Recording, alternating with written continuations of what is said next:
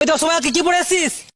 পড়া ধরেন না, বিরক্ত করেন না, স্কুল ছেড়ে চলে গেলে আমায় খুঁজে পাইবেন না। ওরে মাস্টার চাচা আমার বেতন পাইবেন না। এই তুই ক্লাসে নতুন আসছিস, তোর নাম কি রে? স্যার নাই। নাই মানে? তোর নাম জিজ্ঞাসা করছি আমি। হ্যাঁ স্যার নাই। এই চুপ কর, তোর নামটা বল। স্যার আমার নামটাই হলো না চৌধুরী। এ মাস্টার কি পড়াইছেন, পড়াতে পারছেন কিনা? এই কি বলে তুই? 5 মিনিটের জন্য তুই মাস্টার হয়ে দেখা তো। এটা কোনো কথা হলো? ইদ্রিস বলেন দেখি কি লিখবো? তুই বোর্ডে আমার নাম লিখ, চেঙ্গু খান।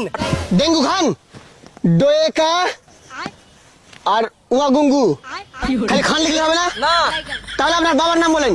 বাবার নাম লম্বু খান। লম্বু খান, লো रुको जरा। মোয়ে বুম্বু। এ কেমন দোতলা নাম। দোতলা নাম? আচ্ছা আপনার গ্রামের নাম বলেন, ওটা লিখে দিচ্ছি। গ্রামের নাম ডিংডিঙ্গপুর। এইটা আবার তিনতলা, কত ডিং ডিঙে লেখা কি মুখের কথা? তুই যদি লিখতেই না পারিস তো মাস্টার হলি কেন? স্যার ফালতু করে বলবেন না, মুই সব পারি। তাহলে তুই লিখতো ডেঙ্গু। স্যার পাগলামি করবেন না, কত সব নামাতে দোতলা তিনতলা শব্দ। ডেঙ্গু লিখতে কহে, মুই একতলায় পারুম না, মুখে ডেঙ্গু লিখতে হয়। ডেঙ্গু ডেকা ও গুঙ্গু, কত আমার মুখে আসে না। এই তোরা বলতো সূর্য বেশি দূরে না আমেরিকা বেশি দূরে? স্যার আমেরিকা বেশি দূরে। কিভাবে? স্যার মাথা উপর করলে সূর্যকে দেখতে পাবেন, কিন্তু আমেরিকা দেখতে পাবেন না। এই চুপ।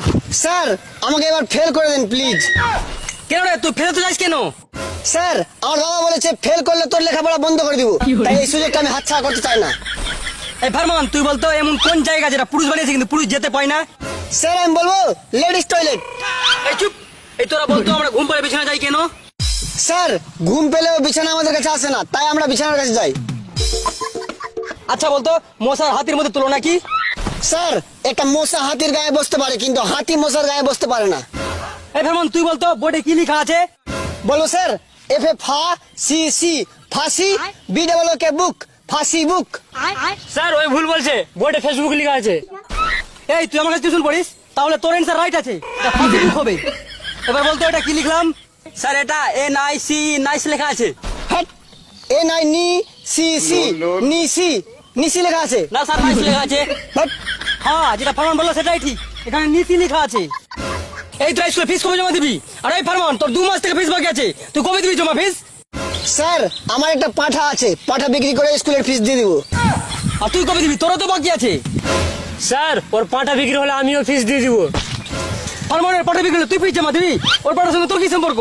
স্যার আমি ফারমানের কাছে টাকা পাই, ওই পাটা বিক্রি করলে আমার টাকা ফেরত দিবে। আর তুই, তোর তো ফিস বাকি আছে, তুই কবে জমা দিবি? স্যার ফারমানের পাটা বিক্রি হয়ে গেলে আমি ফিস দিয়ে দেবো।